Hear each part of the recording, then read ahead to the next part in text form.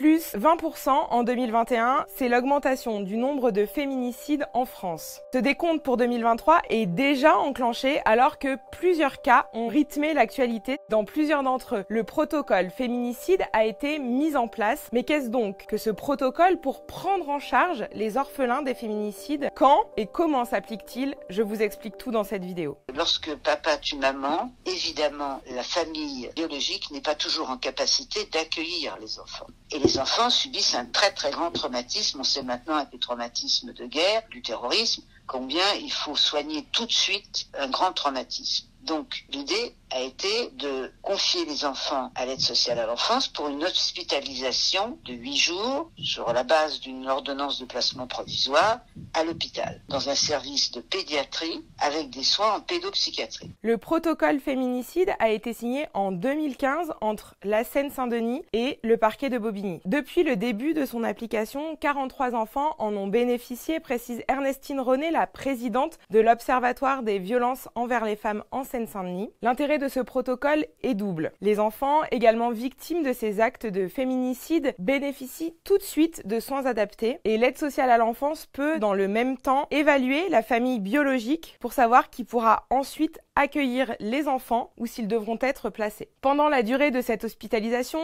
qui dure minimum une semaine, les enfants sont accompagnés 24 heures sur 24 par un professionnel de l'aide sociale à l'enfance, l'équipe médicale ne pouvant assurer cette présence. Depuis le mois d'avril 2022, le protocole féminicide a été généralisé à la France entière. Mais sa mise en place prend du temps puisqu'elle nécessite la signature de conventions entre les départements, les hôpitaux et les parquets. Aujourd'hui, le protocole féminicide est actif à Lyon, à Villefranche, à Paris, à Bordeaux, en plus du département de la Seine-Saint-Denis.